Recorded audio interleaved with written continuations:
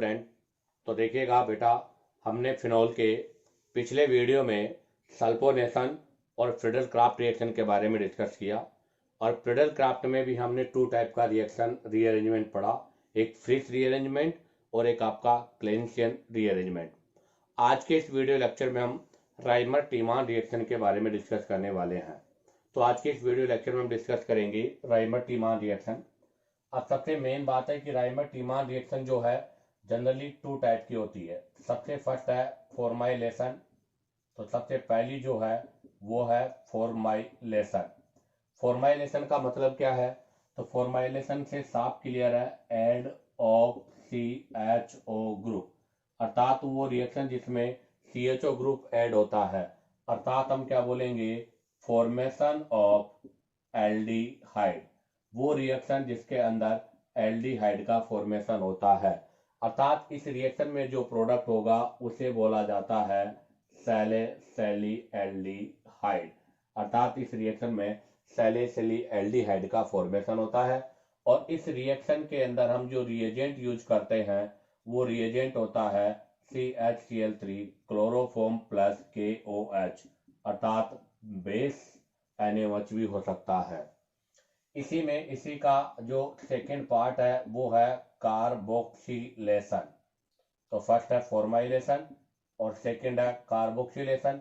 Name से clear है, carboxyl group का ऐड होगा, तो यहाँ पर हम लिखेंगे ऐड ऑफ COOH ग्रुप। यहाँ पर COOH ग्रुप ऐड होगा, अर्थात हम क्या बोलेंगे, हम बोलेंगे फॉर्मेशन ऑफ कार्बोक्सिलिक एसिड। यहाँ पर कार्बोक्सिलिक एसिड का फॉर्मेशन होगा, अर्थात यहाँ पर बनेगा सैलिसिलिक एसिड, अर्थात फॉर्मेशन ऑफ सैलिसिलिक एसिड होगा। और इस रिएक्शन के लिए हम जो रिएजेंट यूज करेंगे वो होगा कार्बन टेट्राक्लोराइड KOH, अर्थात बेस। तो ध्यान दे, Rymer Tiemann reaction to type की है, एक फॉर्माइलेशन है और एक आपका कार्बोक्साइलेशन है। फॉर्माइलेशन में एल्डिहाइड का फॉर्मेशन है, कार्बोक्साइलेशन में कार्बोक्सिलिक एसिड का फॉर्मेशन है। अब हम यहाँ पर इसमें सबसे फर्स्ट डिस्कस करने जा रहे हैं फॉर्माइलेशन के लिए। तो देखिएगा, हमने फॉर्माइलेशन के बारे में डिस्कस किया है। हमने ये फिनोल लिया है और इस फिनोल का रिएक्शन किया है CHCl3 chloroform in presence of base alkali के साथ, इसको हीट करेंगे। तो यहाँ से हमारे पास जो प्रोडक्ट बनेंगे वो टू प्रोडक्ट होंगे। एक तो बनेगा ऑर्थो सैलिसिलिएल्डिहाइड, एक प्रोडक्ट होगा आपका ऑर्थो और एक प्रोडक्ट आपका होगा पेरा। ध्यान दे बेटा, एक प्रोडक्ट ऑर्थो है, एक प्रोडक्ट पेरा है। इसमें से आपका ऑर्थो प्रोडक्ट जो होता है वो मेजर होता है और पेरा प्रोडक्ट यहाँ पर माइनर होता है, क्योंकि ऑर्थो प्रोडक्ट के अंदर हाइड्रोजन बॉन्डिंग का केस है, जो कि हमने नाइट्रेशन रिएक्शन में भी पढ़ा था कि नाइट्रेशन रिएक्शन के अंदर भी ऑर्थो जो प्रोडक्ट होता है वो मेजर होता है, क्योंकि उसके अंदर इंट्रामोलिकुलर हाइड्रोजन बॉन्डिंग का केस होता है। तो यहाँ पर टू प्रोडक्ट बनेंगे, एक ऑर्थो एक पेरा, जिसमें से पेरा माइनर होगा और ऑर्थो आपका मेजर होगा। और जो प्रोडक्ट बनेगा उस प्रोडक्ट को हम क्या बोलेंगे, तो यहाँ से बनने वाला जो प्रोडक्ट है उसे बोला जाता है सैलिसिलिएल्डिहाइड। अब आप चाहो तो यहाँ से इसका स्क्रीनशॉट ले सकते हो। अब हम यहाँ से इसकी मैकेनिज्म के बारे में डिस्कस करेंगे। तो देखिएगा बेटा, अब हम डिस्कस कर रहे थे अभी फर्स्ट फॉर्माइलेशन, और फॉर्माइलेशन हमने जो डिस्कस किया था उसके अंदर हमने कहा था फॉर्मेशन ऑफ एल्डिहाइड। तो यहाँ पर एल्डिहाइड का फॉर्मेशन है, तो इसके हम मैकेनिज्म के बारे में डिस्कस करेंगे अब। तो देखिएगा, मैकेनिज्म के लिए भी हमने रिएक्शन जो लिया था वो रिएक्शन ये था कि ये फिनोल है, इस फिनोल पर हम रिएक्शन करेंगे CHCl3 chloroform in presence of aqueous KOH। यहाँ से आपके पास ऑर्थो पेरा सैलिसिलिएल्डिहाइड का फॉर्मेशन होगा। अब इसका मैकेनिज्म क्या है वो देखिएगा, बहुत सिंपल मैकेनिज्म है बेटा। तो देखो, इसके मैकेनिज्म जो होता है वो done into 3 steps, done in to 3 steps. इसका जो मैकेनिज्म होगा वो 3 स्टेप्स में होगा। उसमें से सबसे फर्स्ट जो स्टेप फर्स्ट के अंदर होगा फॉर्मेशन ऑफ कार्बिन, अर्थात इस रिएक्शन के अंदर कार्बिन का फॉर्मेशन होगा और यहाँ पर जो कार्बिन है वो इंटरमीडिएट की तरह बिहेव करती है और जो कार्बिन बनेगा वो इस रिएक्शन के अंदर इलेक्ट्रोफाइल की तरह बिहेव भी करेगा। तो किस प्रकार से कार्बिन का फॉर्मेशन होगा वो देखिएगा। तो सबसे फर्स्ट हम लेंगे क्लोरोफॉर्म। तो ये होता है क्लोरोफॉर्म और क्लोरोफॉर्म में ये वाला जो हाइड्रोजन है इसको हम बोलते हैं एसिडिक हाइड्रोजन। क्यों बोलेंगे बेटा इसको एसिडिक हाइड्रोजन, उसका रीजन क्या है? तो उसका रीजन यह है क्योंकि ये आपके मोर ईएन एलिमेंट के साथ है। तो सबसे फर्स्ट यहाँ पर हम बेस OH माइनस को यूज करेंगे। बेस इस एसिड को रिमूव करेगा, इसके वाया यहाँ से Cl माइनस का फॉर्मेशन होगा। अब ये जो माइनस है इसके साथ में जो बेस आपने लिया है K प्लस, वो K प्लस इस क्लोरीन को रिमूव कर देगा, इसके वाया यहाँ से कार्बिन का फॉर्मेशन हो जाएगा। तो यहाँ से ये कार्बिन बना है। आपको पता है कार्बिन जो होता है उसके आउटर मोस्ट शेल में 6 इलेक्ट्रॉन होते हैं और 6 इलेक्ट्रॉन होने की वजह से इसको हम क्या बोलते हैं? Electron deficient. और ये इलेक्ट्रॉन डेफिशिएंट होने की वजह से ही इलेक्ट्रोफाइल की तरह बिहेव करता है। अब आता है स्टेप नंबर 2। अब आप देखिएगा स्टेप नंबर 2 जो है उस स्टेप नंबर 2 में एसिड बेस रिएक्शन होगा। तो स्टेप नंबर 2 जो है वो है एसिड बेस रिएक्शन। उसका रीजन यह है क्योंकि फिनोल के कंपेयर में फिनोक्साइड आयन मोर रिएक्टिव होता है। तो हम यहाँ से फिनोल लेंगे और इस फिनोल पर रिएक्शन करेंगे बेस KOH जो आपका बेस है। यहाँ से आप देखिएगा OH बेस है, इस प्रोटॉन को यहाँ से रिमूव करेगा। तो ये एसिड है, ये बेस है। तो सबसे फर्स्ट यहाँ से एसिड बेस रिएक्शन होगा।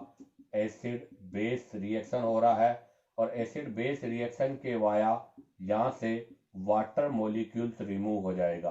क्या रिमूव हो जाएगा बेटा? Water molecules. और किसका फॉर्मेशन हो जाएगा? फिनोक्साइड आयन का फॉर्मेशन हो जाएगा। और हमें पता है कि phenoxide ion is more stable by resonance. तो यहाँ से फिनोक्साइड आयन बनेगा जो कि मोर स्टेबल बाय रेजोनेंस। तो यहाँ से जो फिनोक्साइड आयन का फॉर्मेशन हो रहा है वो रेजोनेंस स्टेबलाइज है और मोर स्टेबल भी है। अब आता है इसका स्टेप नंबर 3। अब हम डिस्कस करेंगे बेटा स्टेप नंबर 3 के बारे में। और स्टेप नंबर 3 में क्या होगा? अटैक ऑफ कार्बिन, अर्थात आपका जो कार्बिन है वो इलेक्ट्रोफाइल की तरह बिहेव कर रहा है। अब उस कार्बिन का इस रिएक्शन पर अटैक होगा। तो किस प्रकार से कार्बिन इस पर अटैक करेगा वो देखिएगा। तो देखिएगा सबसे फर्स्ट हम बात करेंगे यहाँ से, ये है फिनोक्साइड आयन, ये आपका फिनोक्साइड आयन है और फिनोक्साइड आयन यहाँ पर बिहेव कर रहा है किसकी तरह? न्यूक्लियोफाइल की तरह। तो ध्यान रखना phenoxide ion behave like as a nucleophile. अब इस न्यूक्लियोफाइल पर रिएक्शन करेंगे हम किसका? इलेक्ट्रोफाइल कार्बिन का। तो यहाँ से आपके पास कार्बिन अटैक करेगा। तो देखो कार्बिन यह है और ये कार्बिन का ऑर्बिटल वैकेंट ऑर्बिटल है। तो यहाँ पर ये कार्बिन है और ये जो कार्बिन है वो बिहेव कर रहा है किसकी तरह? इलेक्ट्रोफाइल की तरह बिहेव कर रहा है। और इस कार्बिन का ये वाला जो ऑर्बिटल है, इस ऑर्बिटल को हम क्या बोलेंगे? वैकेंट ऑर्बिटल है। इस वैकेंट ऑर्बिटल में इलेक्ट्रॉन आ सकता है। तो यहाँ से अब आप देखो ये वैकेंट ऑर्बिटल है क्योंकि इसके आउटरमोस्ट शेल में 6 इलेक्ट्रॉन है और 6 इलेक्ट्रॉन होने की वजह से ये इलेक्ट्रोफाइल की तरह बिहेव भी कर रहा है। अब ये नेगेटिव चार्ज यहाँ पर शिफ्ट होगा। एक मिनट सॉरी, इसमें मैं इस पाई बॉन्ड का जो अरेंजमेंट है वो इस तरह से अरेंज करता हूँ। जैसे नेगेटिव चार्ज यहाँ पर शिफ्ट होगा ये पाई बॉन्ड यहाँ पर आ जाएगा और ये जो नेगेटिव चार्ज है इस वैकेंट ऑर्बिटल में एंटर होगा। तो देखो ये नेगेटिव चार्ज यहाँ पर शिफ्ट होगा तो यहाँ डबल बॉन्ड आ जाएगा। ये डबल बॉन्ड यहाँ से शिफ्ट होगा तो ये नेगेटिव आ जाएगा और नेगेटिव इसको देगा तो इसके पास 2 2 2 2 टोटल 8 इलेक्ट्रॉन हो जाएंगे। इस पर नेगेटिव चार्ज कंटेन हो जाएगा। तो यहाँ से हमारे पास जो नेक्स्ट प्रोडक्ट बनेगा वो प्रोडक्ट ये होगा।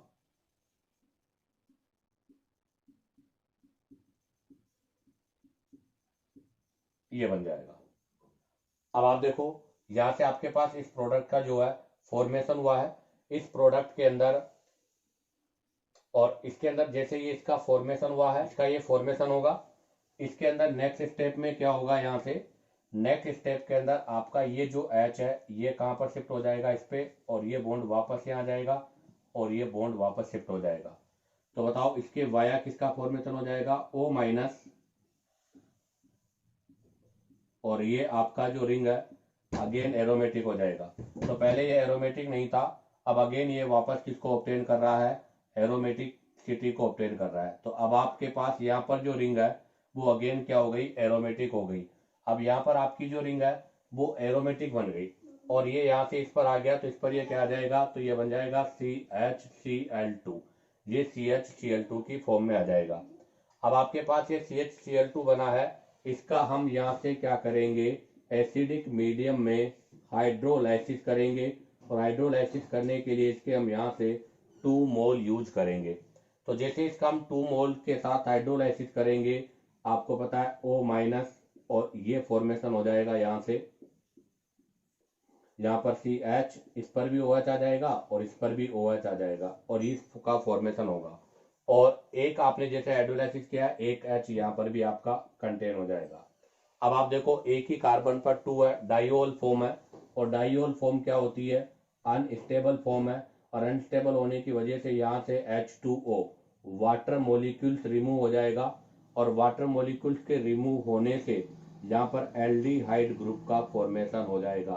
तो इस प्रकार से आपके पास किसका फॉर्मेशन हो जाएगा, सैलिसिली एल्डिहाइड का फॉर्मेशन हो जाता है। तो देखिएगा हमारी जो थर्ड स्टेप थी इसमें हमने अटैक ऑफ कार्बिन किया है, इसके अंदर आपका ये न्यूक्लियोफाइल था, ये क्या था, न्यूक्लियोफाइल। तो यहाँ से एक स्टेप बीच में और ऑब्टेन होगी, उसको भी मैं एक्सप्लेन कर देता हूँ। O यहाँ पर हो जाएगा O डबल बॉन्ड, और यहाँ पर नेगेटिव आ जाएगा, और ये जो कार्बिन का फॉर्मेशन हो रहा है, अर्थात ये जो कार्ब एनाइन का फॉर्मेशन हो रहा है, इसी कार्ब एनाइन की वजह से ये किसकी तरह बिहेव कर रहा है, न्यूक्लियोफाइल की तरह बिहेव कर रहा है, और इस रिएक्शन का ये एक प्रकार से इंटरमीडिएट भी है। तो ध्यान दें, ये इसका मैकेनिज्म कंप्लीट हुआ।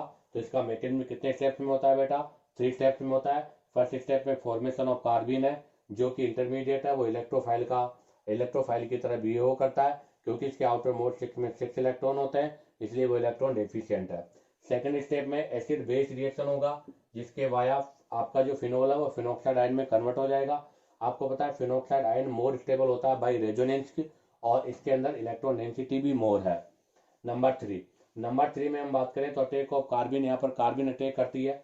तो देखो ये आपका फिनोक्साइड आयन था, फिनोक्साइड आयन के अंदर जैसे नेगेटिव चार्ज यहाँ पर शिफ्ट हुआ, इस वाले कार्बन पर नेगेटिव चार्ज आ जाएगा, जो कि कार्बेनाइन का फॉर्मेशन कर रहा है, जो इंटरमीडिएट है, और यही न्यूक्लियोफाइल की तरह बिहेव करता है। अब देखो आप कार्बन के अंदर वैकेंट ऑर्बिटल है, तो ये अपना जो नेगेटिव चार्ज है इसको किसको कंटेन कराता है, आपके वैकेंट ऑर्बिटल में कंटेन करता है। अर्थात अगर इसको हम डायरेक्ट बनाना चाहे तो ये नेगेटिव चार्ज यहाँ पर आ जाएगा। जैसे नेगेटिव चार्ज यहाँ पर आएगा 2 2 2 2, इसके पास टोटल 8 हो जाएंगे, इस वजह से यहाँ पर कार्बन के इस कार्बन पर नेगेटिव चार्ज होगा। नेक्स्ट स्टेप में ये हाइड्रोजन यहाँ से शिफ्ट होकर यहाँ जाएगा, और ये बॉन्ड वापस शिफ्ट हो जाएगा, वापस ये एरोमेटिसिटी को कंटेन करेगा। अभी ये आपका कंपाउंड नॉन एरोमेटिक था, लेस स्टेबल है, बट ये रेजोनेंस स्टेबलाइज हो रहा है। तो हम ये बोलेंगे कि एक एरोमेटिक कभी भी नॉन एरोमेटिक में कन्वर्ट नहीं होता, बट ये कन्वर्ट हो रहा है, उसका रीजन है क्योंकि यहाँ पर जो आपका बनने वाला ग्रुप है वो रेजोनेंस स्टेबलाइज है, pi sigma pi sigma pi. उसके बाद नेक्स्ट में जब इसका हाइड्रोलाइसिस किया तो बोथ क्लोरीन रिमूव होकर 2 OH ग्रुप आ जाते हैं, अनस्टेबल है, यहाँ से वाटर मॉलिक्यूल्स रिमूव हो जाएगा, और आपके पास सैलिसिल एल्डिहाइड का फॉर्मेशन हो जाएगा। ये ऑर्थो पोजीशन पर है, इसी के सिमिलर पैरा बी प्रोडक्ट का फॉर्मेशन हो जाएगा। अब आप चाहो तो यहाँ से इसका स्क्रीनशॉट ले लीजिएगा। अब हम यहाँ से नेक्स्ट पॉइंट्स के बारे में डिस्कस करेंगे। तो देखिएगा अब हम फॉर्मुलेशन से रिलेटेड कुछ की पॉइंट्स के बारे में डिस्कस करेंगे। तो इसका सबसे फर्स्ट और इम्पोर्टेंट की पॉइंट तो यही है, जो भी हमने कहा था कि इन दिस रिएक्शन, इस रिएक्शन में, इन दिस रिएक्शन, इस रिएक्शन के अंदर आपका जो कार्बिन का फॉर्मेशन हो रहा है वो कार्बिन इलेक्ट्रॉन डेफिशिएंट है, जो इलेक्ट्रोफाइल की तरह बिहेव करता है। तो in this reaction कार्बिन behave like electrophile. ध्यान रखना इस रिएक्शन में आपके पास जो कार्बिन होता है वो कार्बिन जो है इलेक्ट्रोफाइल की तरह बिहेव करता है और बनने वाला कार्बिन होता है CCl2। ये क्वेश्चन आपके नीट में भी आ चुका है। अब बात करते हैं नंबर 2। तो इस रिएक्शन के अंदर इंटरमीडिएट की अगर हम बात करें तो इस रिएक्शन के अंदर इंटरमीडिएट आपका कार्बिन भी है जो इलेक्ट्रोफाइल की तरह बिहेव करता है और इंटरमीडिएट कार्ब एनाइन भी है। तो यहाँ पर आपका इंटरमीडिएट कार्बिन भी है और कार्ब एनाइन भी है, दोनों ही इंटरमीडिएट की तरह बिहेव करते हैं। अब आता है नंबर 3 पॉइंट। अगर नंबर 3 पॉइंट में बात करें तो यहाँ पर बनने वाला ऑर्थो जो प्रोडक्ट है वो मेजर होता है, ऐसा क्यों? इस रिएक्शन में बनने वाला ऑर्थो प्रोडक्ट मेजर है, ऐसा क्यों? तो उसका रीजन देखिएगा। ये फिनोल है और जब इसका रिएक्शन हम क्लोरोफॉर्म और एक्वस केवच के साथ रिएक्शन करते हैं तो यहाँ से आपके ऑर्थो पोजीशन पर एल्डिहाइड ग्रुप ऐड होगा। तो जरा आप देखिएगा क्यों हम कह रहे हैं कि यहाँ पर बनने वाला ऑर्थो प्रोडक्ट आपका मेजर है, क्योंकि इसके अंदर इंट्रा मोलिक्यूलर हाइड्रोजन बॉन्डिंग होती है। क्या हो जाती है बेटा? इसके अंदर इंट्रा मोलिकुलर हाइड्रोजन बॉन्डिंग हो जाती है और इंट्रा मोलिकुलर हाइड्रोजन बॉन्डिंग होने की वजह से इसके फॉर्मेशन की टेंडेंसी मोर है, इसलिए यहाँ पर आपका जो ऑर्थो प्रोडक्ट है वो मेजर होता है। इसके अलावा और भी अगर हम बात करें तो इसके अंदर देखिएगा ऑर्थो पोजीशन 2 है, अर्थात यहाँ से आपके पास जो अटैक होता है वो कार्बिन का होता है और कार्बिन उस कंडीशन मतलब उस साइड पर अटैक करता है जहाँ पर इलेक्ट्रॉन डेंसिटी मोर होती है। तो अगर हम बात करें फिनोल के अंदर तो फिनोल के अंदर ऑर्थो पोजीशन 2, अर्थात हम ये बोलेंगे कि जो फिनोल होता है उसके अंदर 2 ऑर्थो पोजीशन होती है, अर्थात फिनोल के अंदर जो 2 पोजीशन है वहां पर इलेक्ट्रॉन डेंसिटी ज्यादा है। तो हम क्या बोलेंगे इसको? तो इसको हम बोल सकते हैं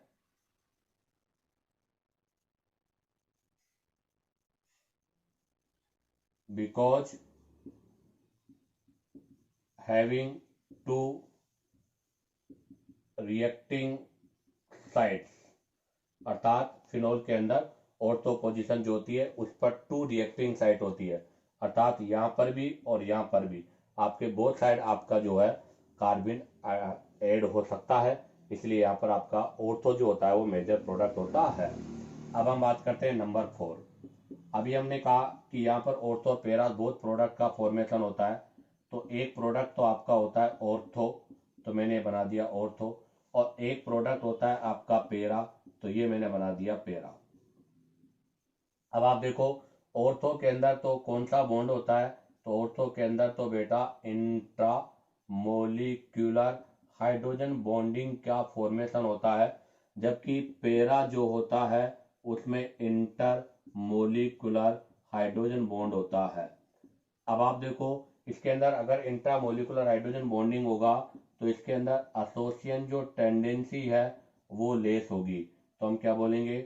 लेस एसोसिएशन टेंडेंसी, अर्थात यहाँ पर एसोसिएट होने की टेंडेंसी लेस होती है जबकि यहाँ पर टेंडेंसी मोर है। अगर एसोसिएशन होने की टेंडेंसी लेस होती है तो आपको पता है इसका बॉइलिंग पॉइंट भी क्या होगा? लेस होगा, जबकि इसका बॉइलिंग पॉइंट क्या होगा बेटा? मोर होगा।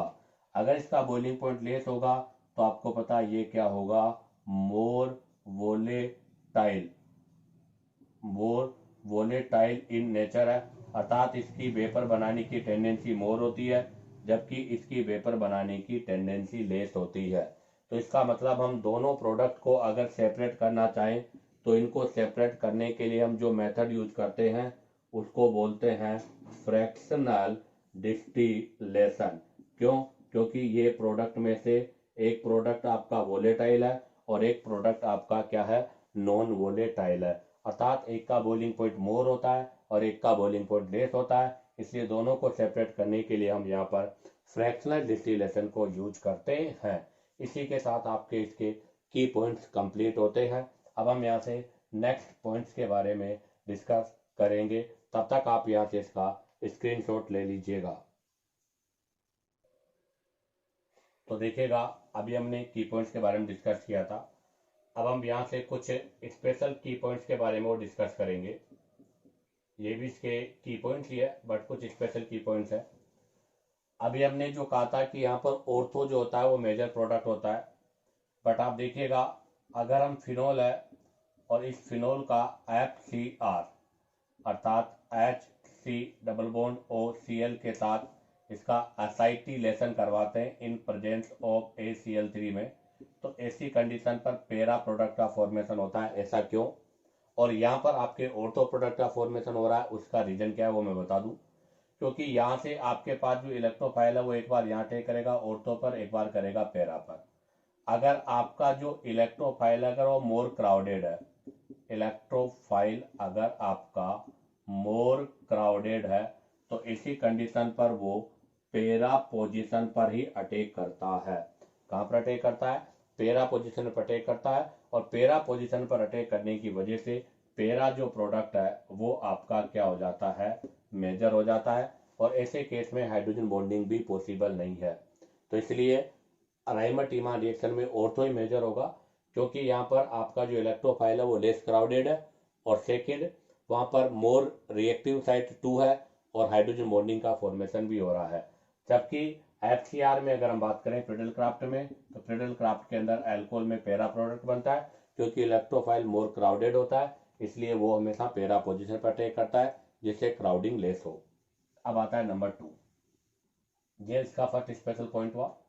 अब स्पेशल पॉइंट नंबर 2 की हम बात करें, तो सर यहाँ पर ये रिएक्शन रिपीटेशन में क्यों नहीं हुआ? अर्थात राइमर टीमान रिएक्शन जो होती है ओनली सिंगल स्टेप में होती है।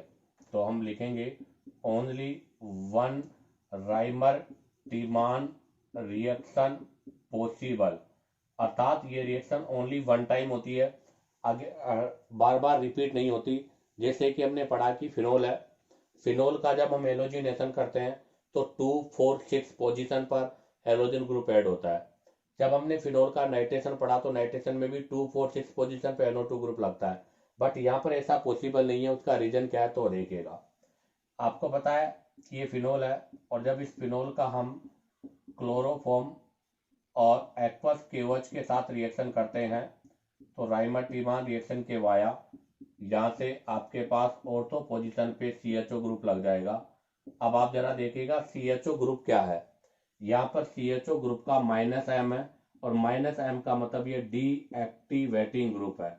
अब आप बताओ, अगर ये डीएक्टिवेटिंग ग्रुप है तो डीएक्टिवेटिंग ग्रुप होने की वजह से इस रिएक्शन में इलेक्ट्रॉन डेंसिटी कम हो जाती है, और इस रिएक्शन में जो आपका अटैकिंग ग्रुप है इलेक्ट्रोफाइल, वो बहुत ही वीक इलेक्ट्रोफाइल की तरह बिहेव करता है।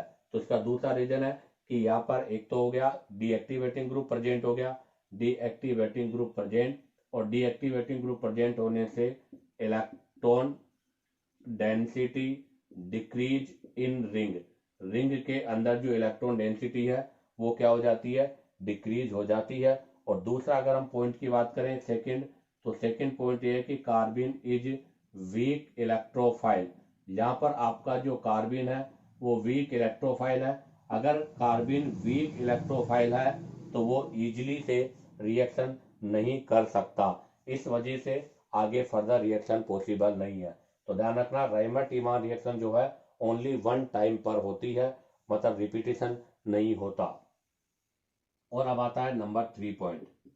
नंबर 3 पॉइंट के अंदर भी हम बात करें तो इस रिएक्शन के अंदर जो प्रोडक्ट होता है उसका परसेंटेज इल्ड जो है वो बेटर नहीं है। जैसे हमने पढ़ा था कि फिनोल का जब हम नाइट्रेशन करते हैं तो वहाँ जो पिक्रिक एसिड बनता है, तो ऑक्टेन पिक्रिक एसिड का इल्ड लेस होता है, इसलिए पहले फर्स्ट स्टेप पर हम सल्फोनेशन करते हैं, अगेन उसके बाद में उसका हम नाइट्रेशन करते हैं।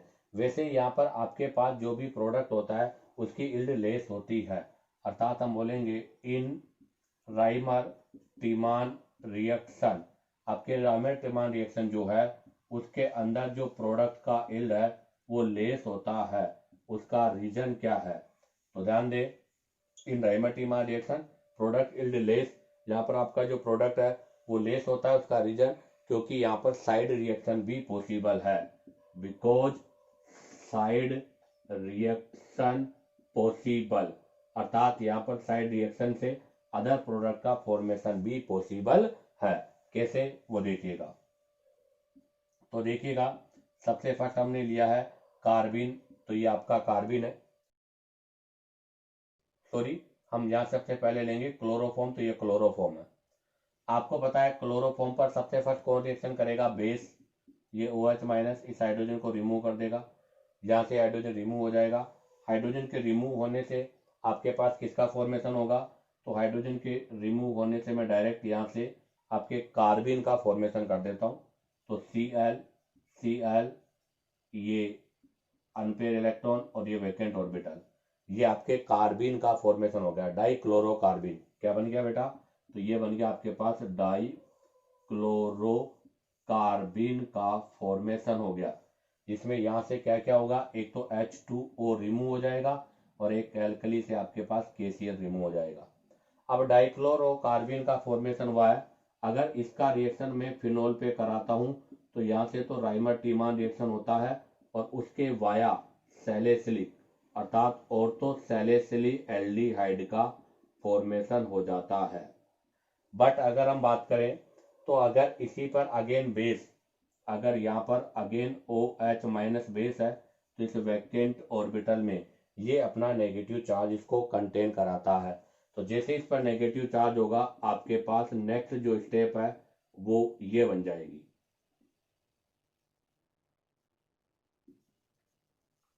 अब आप देखिएगा नेक्स्ट स्टेप ये हुई, इसमें ये H एसिडिक हाइड्रोजन है, ये हाइड्रोजन यहाँ पर शिफ्ट हो जाएगा और जैसे ये हाइड्रोजन यहाँ पर शिफ्ट होगा इस वाले का ऑक्सीजन पर नेगेटिव चार्ज आ जाएगा, तो यहाँ से बन जाएगा O नेगेटिव, Cl और यहाँ पर H हो जाएगा।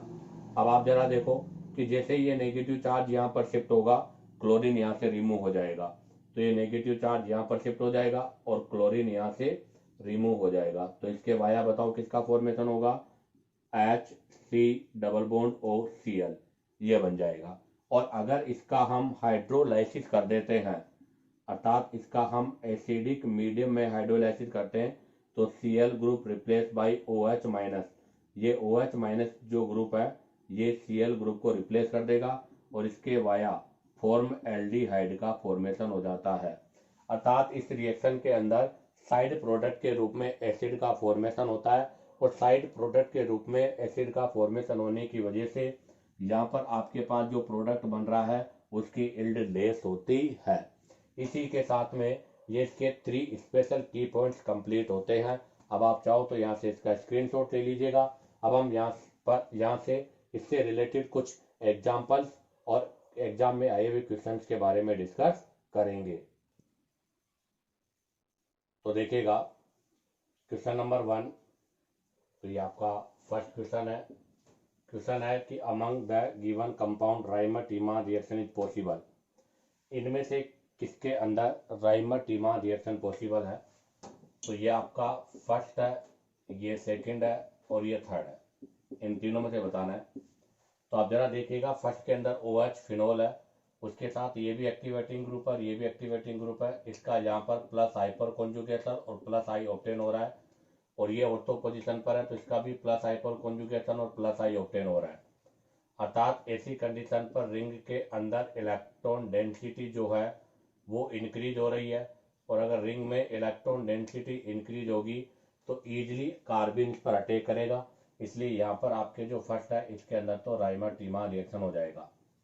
अब आता है नंबर 2 में आप जरा देखिएगा फिनोल के रेस्पेक्ट पे यहाँ पर NO2 ग्रुप लगा हुआ है और NO2 का -M होता है अर्थात ये एक्टिवेटिंग नहीं डीएक्टिवेटिंग ग्रुप होता है और इसकी वजह से रिंग में इलेक्ट्रॉन डेंसिटी जो है वो डिक्रीज होगी और अगर रिंग में इलेक्ट्रॉन डेंसिटी डिक्रीज होगी तो ऐसी कंडीशन पर आपका जो कार्बिन है वो इस पर अटैक नहीं कर पाएगा, इसलिए सेकंड में राइमर टीमान पॉसिबल नहीं है।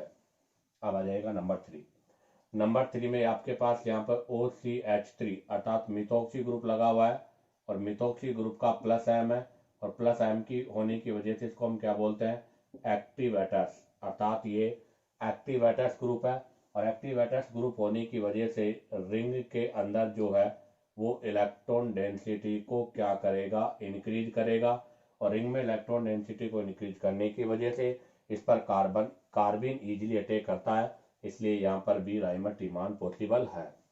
अब आ जाएगा क्वेश्चन नंबर 2, इसी के सिमिलर है क्वेश्चन नंबर 2, इसके अंदर भी आपके पास फर्स्ट सेकेंड और 3 आपके पास थर्ड ऑप्शन मतलब थर्ड कंपाउंड है। आपको इनमें बताना है कि किसके अंदर राइमर टीमान रिएक्शन पॉसिबल है।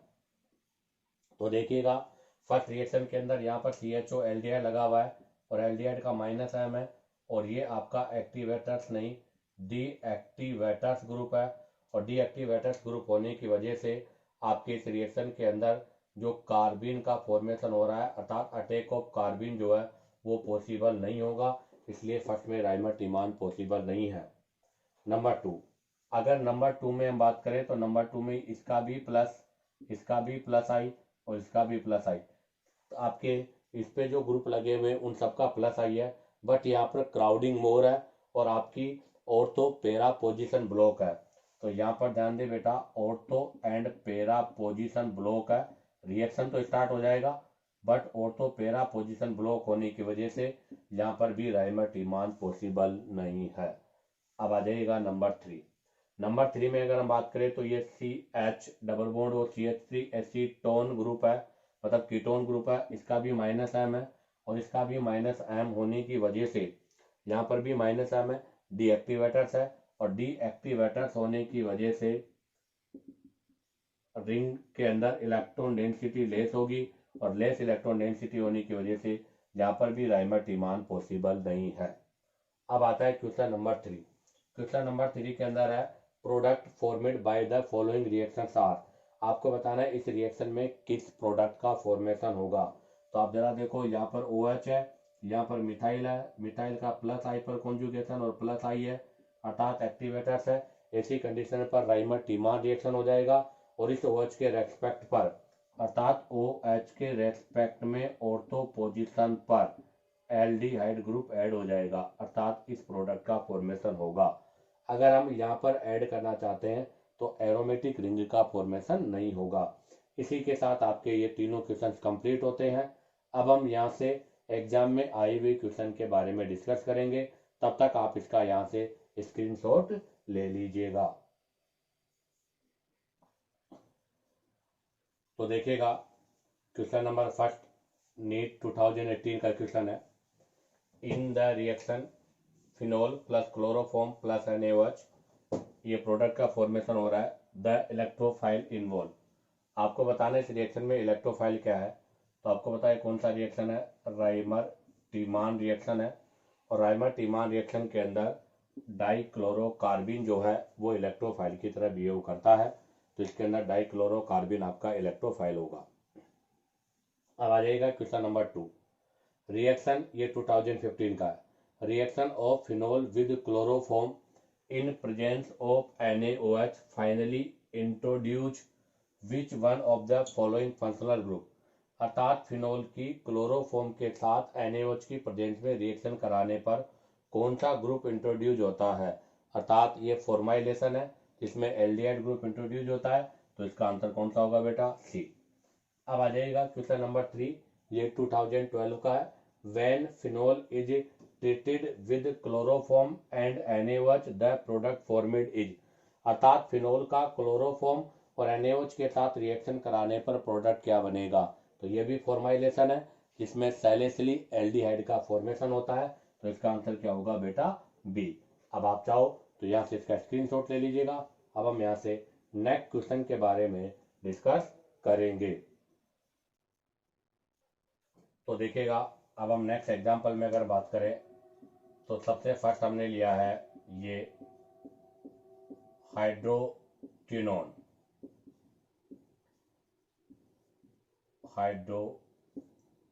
लिया है। तो इस हाइड्रोक्विनोन का रिएक्शन करना है क्लोरोफॉर्म और NaOH या KOH के साथ। तो आपको पता है इसके रेस्पेक्ट में पैरा पोजीशन ब्लॉक है, इसके रेस्पेक्ट में भी पैरा पोजीशन ब्लॉक है। तो यहाँ पर ऑर्थो पर हम प्रोडक्ट ऐड करेंगे, तो किसी भी OH ग्रुप के रेस्पेक्ट में ऑर्थो पोजीशन पर CHO ग्रुप ऐड हो जाएगा। अब हम लेते हैं इसी के अंदर सेकेंड एग्जाम्पल। अभी हमने पैरा पोजीशन पे लिया है, अब हम ऑर्थो पोजीशन पर ले रहे हैं, अर्थात कैटेचोल। तो अब की बार हमने कैटेचोल लिया है और वही कैटेचोल पर क्लोरोफॉर्म प्लस KOH का रिएक्शन करते हैं। तो बताओ क्या प्रोडक्ट का फॉर्मेशन होगा। तो अगर हम कैटेचोल पर अगर रिएक्शन करते हैं तो जरा देखो, यहाँ पर इसके रेस्पेक्ट में ऑर्थो पोजीशन यह है, इसके रेस्पेक्ट में ऑर्थो पोजीशन यह है। तो जैसे हम यहाँ लगाएंगे 3 ग्रुप वन साइड हो जाएंगे, क्राउडिंग बढ़ जाएगी। यहाँ लगाएंगे 3 ग्रुप वन साइड हो जाएंगे, क्राउडिंग हो जाएगी। तो यहाँ पर क्राउडिंग की वजह से अब ऑर्थो प्रोडक्ट का फॉर्मेशन नहीं होगा, और किसका फॉर्मेशन होगा? पैरा प्रोडक्ट का फॉर्मेशन होगा। तो किसकी वजह से हुआ है पर पैरा प्रोडक्ट का फॉर्मेशन? तो यहाँ पर जो पैरा प्रोडक्ट का फॉर्मेशन हुआ है वो है due to steric hindrance. Steric hindrance की वजह से पैरा प्रोडक्ट का फॉर्मेशन होता है। इसी से रिलेटेड एक और एग्जांपल अगर मैं लूँ तो मैंने लिया है OH और एक ग्रुप में लिया है OCH3 मिथॉक्सी।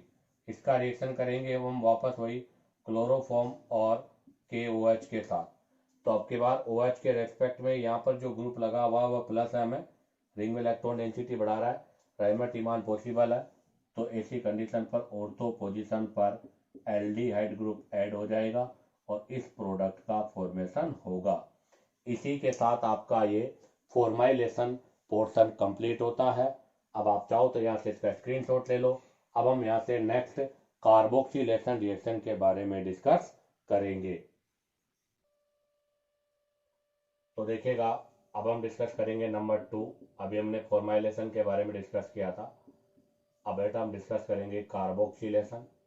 आपको बताया कार्बोक्सिलेशन का मतलब होता है ऐड ऑफ COOH ग्रुप। अब हम COOH ग्रुप को ऐड करेंगे। अभी हमने क्लोरोफॉर्म लिया था, अब हम कार्बन टेट्राक्लोराइड लेंगे। तो बिल्कुल सिमिलर, उसी के सिमिलर मैकेनिज्म है, तो इसके बारे में हम मैकेनिज्म डिस्कस नहीं करेंगे, डायरेक्ट क्वेश्चन को सोल्व करेंगे। तो फिनोल है, फिनोल का रिएक्शन कार्बन टेट्राक्लोराइड के साथ in presence of aqueous KOH। यहाँ से आपके पास जो प्रोडक्ट बनेगा, एक प्रोडक्ट होगा ऑर्थो और एक होगा पैरा। उसमें से आपका ऑर्थो प्रोडक्ट मेजर होगा और पैरा प्रोडक्ट माइनर होगा। तो ये आपके ऑर्थो प्रोडक्ट है और ये आपका पैरा प्रोडक्ट है। आपका जो ऑर्थो प्रोडक्ट है उसके अंदर intra molecular hydrogen bonding possible है, और इंट्रा मोलिकुलर हाइड्रोजन बॉन्डिंग की वजह से ये मेजर होगा।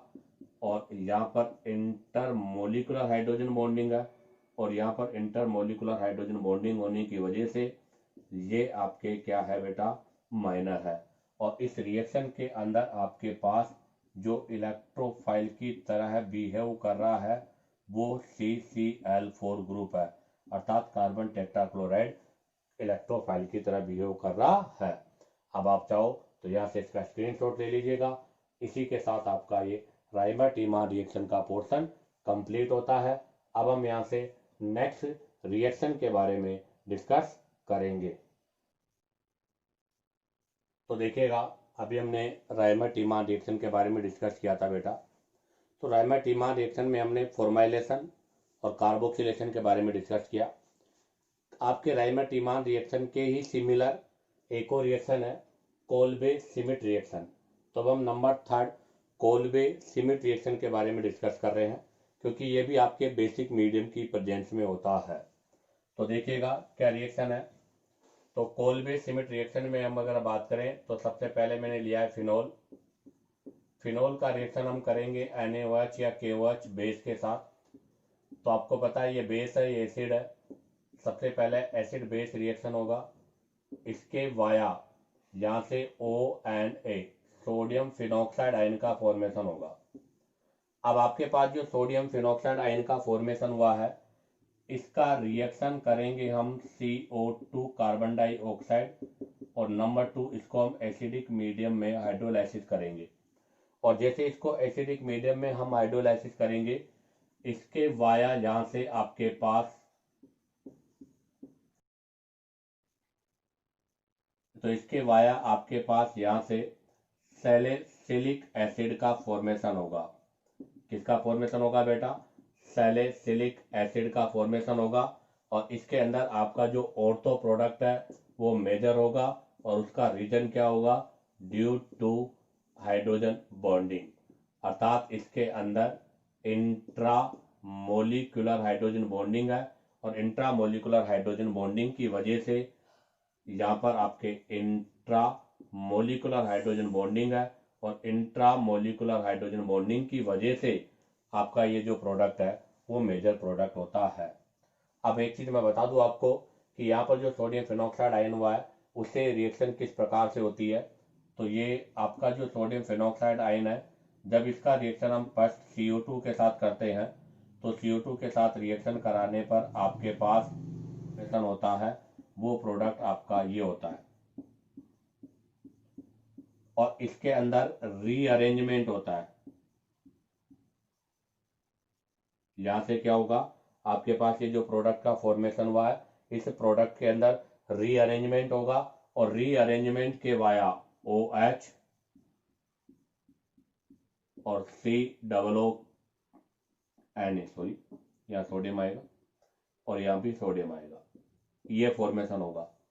और जब इसका हम एसिडिक मीडियम में हाइड्रोलाइसिस करते हैं तो यहाँ से आपका ये जो सोडियम सोल्ट हो रहा है, इस सोडियम सोल्ट का हाइड्रोलाइसिस कराने पर इधर H आ जाएगा, इधर OH हो जाएगा और NaOH का फॉर्मेशन हो जाता है।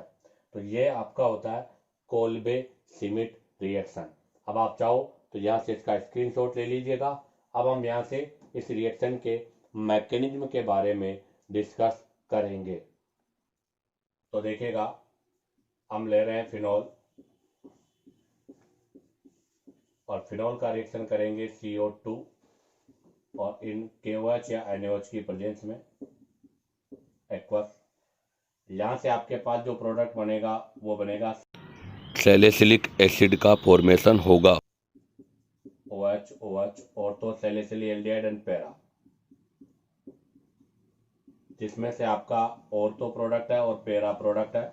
और अभी हमने कहा था कि ऑर्थो और पैरा में से ऑर्थो प्रोडक्ट आपका मेजर प्रोडक्ट होता है। उसका रीजन है due to intra molecular hydrogen bonding, intramolecular hydrogen bonding की वजह से ऑर्थो आपका मेजर होगा।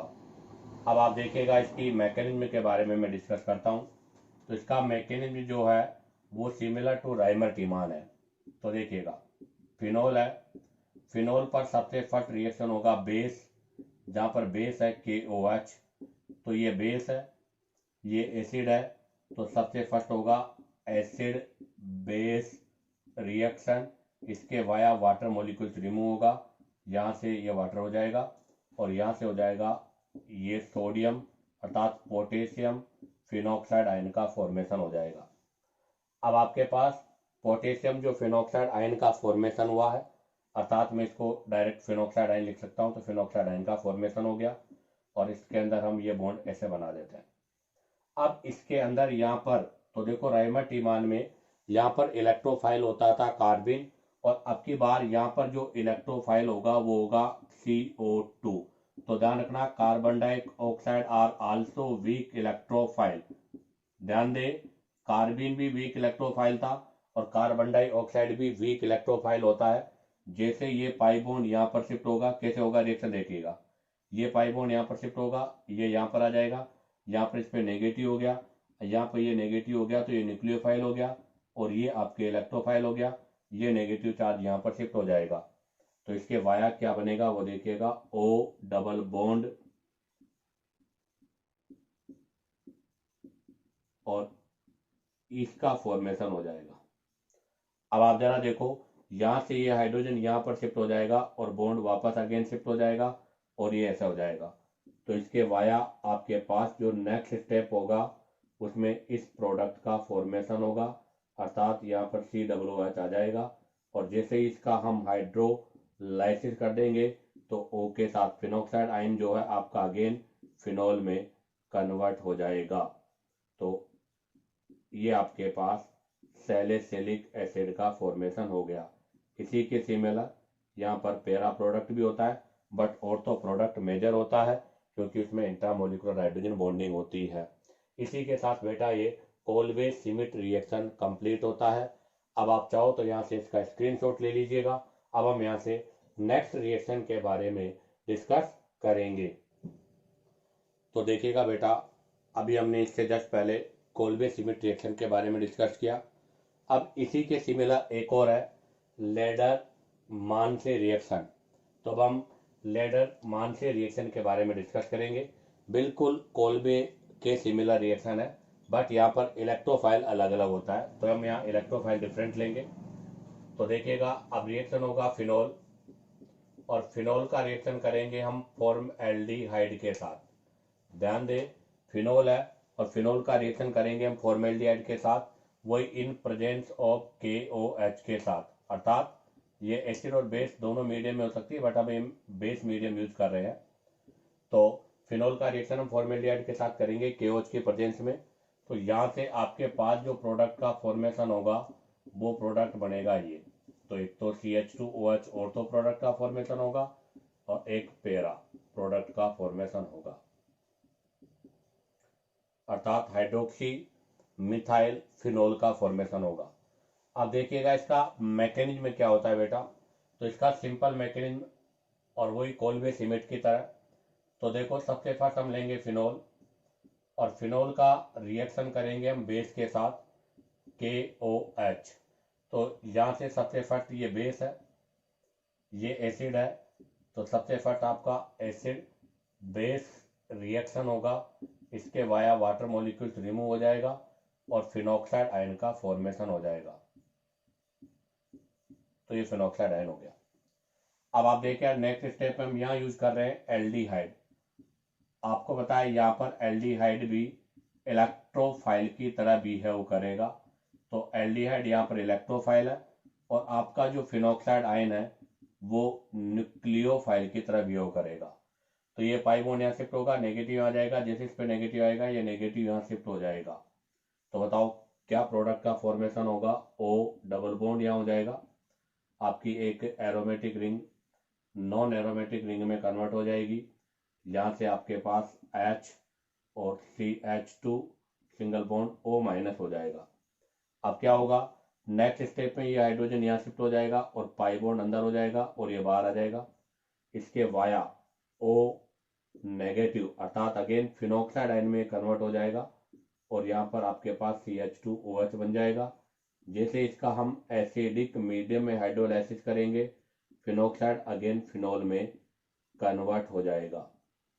तो ये आपके फिनोल में कन्वर्ट हो जाएगा, और इस तरह से ये ऑर्थो और पैरा प्रोडक्ट का फॉर्मेशन हो जाएगा। तो ध्यान दें, इसके अंदर ऑर्थो और दोनों पैरा प्रोडक्ट हो जाएंगे। अब इसमें सबसे इंपॉर्टेंट बात यह है कि हमने फिनोल का फॉर्मेल्डिहाइड के साथ रिएक्शन किया है, बट यहाँ पर फॉर्मेल्डिहाइड को हमने किस में लिया है, लिमिट अमाउंट में लिया है। किसके अंदर लिया है बेटा, लिमिट अमाउंट में लिया है। और अगर यही रिएक्शन अगेन हम एक्सेसिज में कर दें, तो अब की बार हमने फिनोल प्लस फॉर्मेल्डिहाइड दोनों को ही एक्सेसिज में लिया है, इन अमाउंट ऑफ एक्सेसिज में। अगर इनको हम इन एक्सेसिज अमाउंट में लेते हैं तो ऐसी कंडीशन पर बेटा पॉलीमराइजेशन रिएक्शन होता है। कौन सा रिएक्शन होता है बेटा, पॉलीमराइजेशन रिएक्शन होता है। और पॉलीमराइजेशन रिएक्शन के वाया बेकेलाइट का फॉर्मेशन होता है। किसका फॉर्मेशन होता है, बेकेलाइट का फॉर्मेशन होता है, जो कि थर्मोसेटिंग प्लास्टिक होती है। अब हम यहाँ से बेकेलाइट के फॉर्मेशन के बारे में डिस्कस करेंगे, तब तक आप यहाँ से इसका स्क्रीनशॉट ले लीजिएगा। तो देखिएगा, अब हम डिस्कस करेंगे फॉर्मेशन ऑफ बेकेलाइट। और ध्यान दे बेटा, फॉर्मेशन ऑफ बेकेलाइट का ये पोर्शन आपके पॉलीमर टॉपिक में है, अर्थात हमारे एक टॉपिक है पॉलीमर, उसके अंदर बेकेलाइट का फॉर्मेशन भी है। तो देखिएगा, सबसे फर्स्ट हम क्या करेंगे, फिनोल, और फिनोल का रिएक्शन करेंगे फॉर्मेल्डिहाइड के साथ। और फॉर्मेल्डिहाइड भी क्या होगा, एक्सेसिस, और इन प्रेजेंस ऑफ H और OH, अर्थात एसिडिक और बेसिक दोनों में से कोई सा भी मीडियम यूज कर सकते हैं। अभी हमने इसका मैकेनिज्म पढ़ा, तो इसके मैकेनिज्म के बारे में आपको पता है क्या हो जाता है, CH2OH ग्रुप ऐड हो जाता है। इसके अलावा एक ग्रुप पर भी हो सकता है, अगेन सेकंड में CH2OH ये भी हो सकता है, और इससे यहाँ पर ये प्रोडक्ट का फॉर्मेशन भी हो सकता है। जबकि इससे पहले इन प्रोडक्ट का फॉर्मेशन नहीं हो रहा था, उसका रीजन क्योंकि वहां पर फॉर्मेल्डिहाइड लिमिट अमाउंट में था। अब हम क्या करेंगे, इनमें से कोई सा भी, जैसे मैंने ले लिया, इसके एन मोल लिए हैं, ये ऑर्थो जो प्रोडक्ट का फॉर्मेशन हुआ है इसके एन मोल लिए हैं, और इसका हमने यहाँ से क्या किया है, पॉलीमराइजेशन किया है। अर्थात इसकी रिएक्शन हम एन मोल को लेकर बेसिक मीडियम में करते हैं। तो जैसे इसको बेसिक मीडियम में हम रिएक्शन करेंगे तो यहाँ से आपके पास एक स्ट्रेट चेन का फॉर्मेशन होगा। तो देखो इस तरह से एक स्ट्रेट चेन बनेगी, ये एक स्ट्रेट चेन होगी और इस स्ट्रेट चेन से जो प्रोडक्ट बनेगा उसको बोलते हैं नोवेलेक। और जो नोवेलेक होता है वो आपकी पेंट इंडस्ट्रीज में यूज होता है, अर्थात हमारे जो दीवारों पर अर्थात जो वॉल होती है उन पर जो हम पेंट करते हैं उसके फॉर्मेशन के लिए इसको हम यूज करते हैं। तो ये इसका फॉर्मेशन होगा और इसको बोला जाता है नोवेलक। आपके पास ये जो नोवेलक का फॉर्मेशन हुआ है, इस नोवेलक को हम हीट करते हैं इन प्रेजेंस ऑफ फॉर्मेल्डिहाइड के साथ। जैसे इस नोवेलक को हम फॉर्मेल्डिहाइड के साथ हाई टेम्परेचर पर हीट करेंगे तो हीट करने से यहाँ से आपके पास क्रॉस लिंक्ड नेटवर्क का फॉर्मेशन होगा। और ये जो क्रॉस लिंक नेटवर्क बनेगा, इस क्रॉस लिंक नेटवर्क से ही किसका फॉर्मेशन होता है, बेकेलाइट का फॉर्मेशन होता है। तो देखिएगा बेकेलाइट का स्ट्रक्चर क्या होता है। तो अभी मैं जस्ट यहाँ पर बेकेलाइट का स्ट्रक्चर ड्रॉ कर रहा हूँ, तो जरा आप देखिएगा कि बेकेलाइट का स्ट्रक्चर क्या होता है।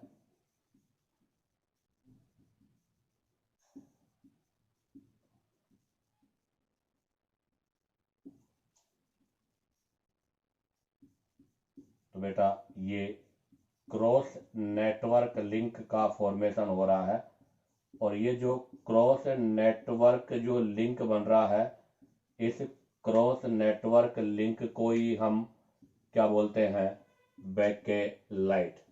तो ये बेकेलाइट है, ये एक प्रकार की थर्मोसेटिंग प्लास्टिक है जो कि हार्ड होती है, रीमोल्डेड नहीं होती, अर्थात इसको हम अगेन री शेप में चेंज नहीं कर सकते।